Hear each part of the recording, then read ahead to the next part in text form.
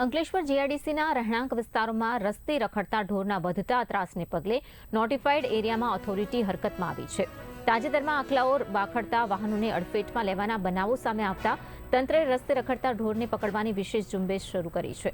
આ ઝુંબેશ દરમિયાન કોઈ ઘર્ષણ ન સર્જાય તે માટે પોલીસ બંદોબસ્ત પણ સાથે રાખવામાં આવ્યો હતો. નોટિફાઈડ એરિયા ઓથોરિટીએ જણાવ્યું છે કે આગામી દિવસોમાં પણ આ અભિયાન સતત ચાલુ રહેશે અને રસ્તા પર ઢોર છોડતા માલિકો સામે દંડનીય કાર્યવાહી હાથ ધરાશે. આજ રોજ નોટિફાઈ ઓથોરિટી દ્વારા ફરીથી ગાયો પકડવાનું અભિયાન શરૂ કરેલું છે, જેમાં અંદાજિત 15 ગાયો અને આખલા સાથે પકડીને તેમને વ્યવસ્થિત અને સલામતી રૂપે તેમને ભરૂચ પાંજરાપોળમાં મોકલવામાં આવે છે. આમ નોટિફાઈડ દ્વારા